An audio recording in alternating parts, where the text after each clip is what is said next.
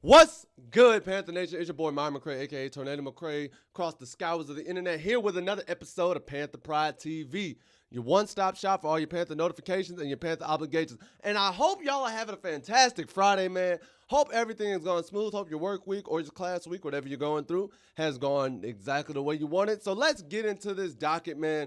And the first thing I do want to talk about that came across my feed was the acquisition in the draft of one Lathan Ransom. And when I'm sitting here reading about Lathan Ransom and Carolina posting about him, I genuinely think Lathan Ransom is the Swiss Army knife and the versatility that we actually need as a safety. Because when you look at these numbers, bro, first of all, let's look at college. In college, the man in 56 games had 227 total tackles, 147 solo tackles, 3 interceptions, and 6 forced fumbles. Now that's a lot just coming from the safety position alone. Like let's be truthful, let's be honest. That is a whole lot just from the safety position. But here's where it really gets beautiful, and here's where I really love it. When you look at a breakdown of the way this man played, of those 56 games, he played 2,348 defensive snaps. He played 632 of those snaps at nickel, 711 of those snaps in the box, and 1,005 of those snaps at the high safety position. I don't know about y'all, but that shows me Lathan Ransom is honestly a great steal because the man can play anywhere in the secondary. And it's not just a one-off. It's not just we don't know if he can play this position or he's rarely played this position. No, this man has experience. Over 5 years at Ohio State, this man has played at every spot in the DB core that you could ask for. He knows how to play in the box. He knows how to play over the top. He could probably play corner locked up because he's playing in that nickel slot. He knows what to do. He knows how to hold his own, and I like that. I love an individual that's versatile, that we can throw in and everywhere at any position, and he's going to be productive. We ain't got to worry about it. We ain't got to worry about, he's going to be a liability at this spot. And I know a lot of people, they're generally of the notion of they would rather have a master at one thing than be good at a lot. I've always been a type of person where, yes, I want certain masters at certain things, but I definitely want a person who I know is good to great at a lot of things rather than just being amazing, phenomenal at one thing and trash at the others. That's just me because you never know what the situation calls for. You never know what's going to happen. So I think that's crazy production from a 4th-round pick, and he's going to show the world why he shouldn't have been a 4th-round pick. I have that belief. I have that optimistic view set, and you know what? That's okay. I'm cool with that.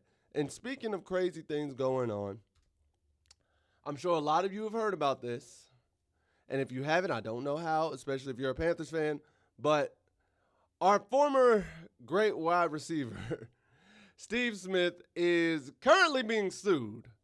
And the reason why he's being sued is because he's being sued for an alleged affair with a Baltimore Ravens band member. Now, the husband is suing Steve for over $100,000 in a civil lawsuit that was filed in Mecklenburg County just this past Tuesday, and is being filed under the Alienation of Affection Act, or the Affection Law, which allows a spouse to sue a third party for destroying their marriage, aka the homewrecker law. But in order for this lawsuit to be proven, the husband has to prove that there was genuine love before Steve Smith got involved. With all that being said, for those of you who just need a reminder and a refresher, this is the same gentleman who back around 2 months ago, back in February, went to Twitter exposing Steve Smith for apparently having explicit text messages and conversations, and apparently they had explicit affairs with this woman who worked for the Baltimore Ravens. Now, the man would then go on to further call Smith and confront him about the situation, and Smith is repeatedly told, hey, yo, I'm sorry, and then kind of just gets quiet. Obviously, I'm not going to show the messages or anything on there. Their kids watching, man. They can't do that. Can't do that to them. But for the adults in the room, y'all hear what's going on. And not only that, as of right now, Steve Smith is still married to his wife, Angie. So I say all that to say this. One, Steve, it ain't looking good for you, my boy. It's not looking good for Steve, a former Panther great. And I kind of am sad that he's getting caught up in something like this. I'm not going to sit there and bash him too much in the sense of we're all human and we need to do better. Humans make mistakes all the time. So it's sad to see a former Panther great going down this route. If it is true, if it is everything that happens, Steve, just accept it on the chin. Admit your faults as a man and just keep pushing forward and try to do better each and every day. Yeah, I'm sorry that the husband's having to go through this and everybody involved. I just hope it's resolved peacefully and truthfully. We handle it like adults and we don't make it messy. You know what I mean? So it's just hard because you wouldn't expect this out of Steve.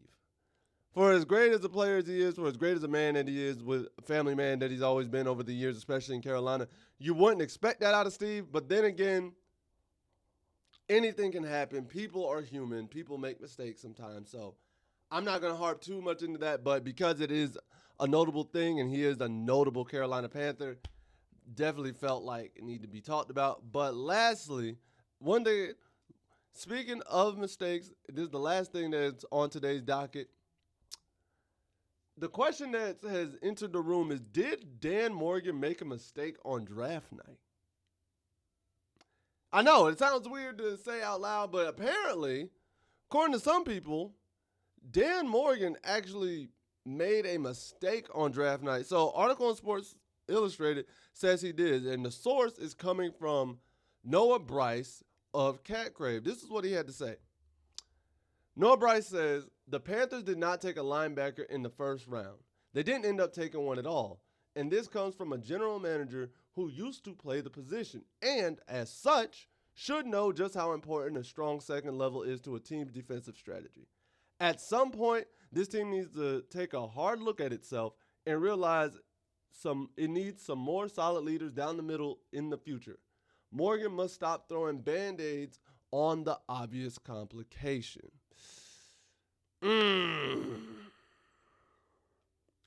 Now I'm going to say this. I don't agree with that at all. I don't agree with that one bit. That's just my personal opinion. I think Noah honestly is wrong in this aspect. And here's the reason why. Because yes, on paper, they did not take a traditional linebacker in the draft. That is not a lying statement. However, they did take multiple edge rushers. And when you look at the depth chart right now, this is the current depth chart that has been pulled from ESPN. This is actually on the Panthers website on ESPN right now. This is what the depth chart says. You have DJ Wonnum starting at weak linebacker. You have, or the will linebacker. You have Christian Roseboom at the left inside linebacker, Josie Jewell at the right inside linebacker, and Jadeveon Clowney at the Sam. Now, if you look just a couple places down to the right for that will linebacker, you see Princely Umanmielen. I genuinely believe Princely Umanmielen is going to take that spot. I genuinely believe he's going to earn the spot at the will linebacker. By the start of the season, that's my thought process. Then when you go down to the right inside, not the right, when you go down to the Sam linebacker, where Jadeveon Clowney is, look who's right behind him. Nick Scorton. Another draft pick we just took in this draft.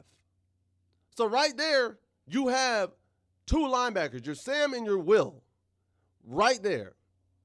So that leaves us with Christian Roseboom, who we just signed from the Rams at the left inside linebacker, who is a proven linebacker and a proven vet. So I'm not worried about him. And then I genuinely think Trayvon Wallace will move up over Josie Jewell to take the right inside linebacker. I genuinely think that's a possibility. So in my mind, the needs have been met. The needs have been addressed. I don't know what Noah sees And again, it could be just the fact that they didn't take a traditional linebacker, a guy who's listed as a linebacker rather than an edge rusher in the draft. Okay, if that's your argument, cool. However, I'm not going to sit there and say that they didn't address the needs, because now we have a rookie to take over for Clowney because Clowney's not the Clowney of old. We have Umami Yellen who could come in and can take that will spot. You have Christian Rosebroom, who we just brought in, who's a proven linebacker, but he's not even like a really old linebacker.